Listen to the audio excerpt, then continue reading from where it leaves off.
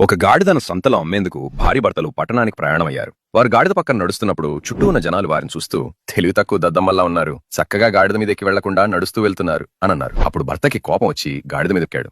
అలా అతడు గాడిద మీద ఆమె పక్కనే నడుస్తూ వెళ్తూ కాస్త ముందుకు వెళ్లగా మళ్లీ కొందరు ఆమెను చూస్తూ పాపం అమాయకుడాలనుకుంటా భర్తపై నెక్కాడు, ఆమె మాత్రం కష్టపడి నడుస్తుంది అని అన్నారు. వెంటనే భర్త కిందకి దిగి ఆమెని గాడిద మీదకి ఎక్కించి ప్రయాణం మొదలెట్టారు. ఇంకాస్త దూరం వెళ్లాక భర్తను చూస్తూ నవ్వుతూ మగాడయుండి నడుస్తున్నాడు, ఇంట్లో మొత్తం ఆమెదే నడుస్తుందనుకుంటా అని నవ్వుకున్నారు. భర్త అవమానంగా భావించి అతడు కూడా గాడిద మీద ఎక్కాడు. ఇలా ఇద్దరూ ఎక్కి ఇంకాస్త దూరం దాని మీద వెళ్తున్నప్పుడు మళ్లీ చుట్టూ ఉన్న వాళ్లు వీళ్ళకేం పోయే కాలం, దున్నపోతుల్లా ఉన్నారు, పాపం గాడిద మీద ఎక్కిపోతున్నారు, నడిస్తే ఏమి పోతుంది పాపం ఆ గాడిద అని చుట్టూ మాట్లాడుకున్నారు. భర్తకు చివరికి ఒక విషయం అర్థమైంది, నువ్వు జీవితంలో ఏం చేసినా సొసైటీలో చుట్టూ గాడిదల్లా ఏదో ఒకటంటూనే ఉంటారు. సక్సెస్ అయితే ఎవరినో ముంచేసి వచ్చాడని, ఫెయిల్ అయితే ఏం చేతకాని వాడని. సొసైటీలో ఇలాంటి మాటలను పట్టించుకుంటూ పైకి కిందికి ఎక్కుతూ దిగుతూ ఉంటావా, లేకపోతే నీ దారి నువ్వే ఎంచుకుని నీ జీవితం నువ్వే జీవిస్తావా అనేది నీ చేతుల్లోనే ఉంది.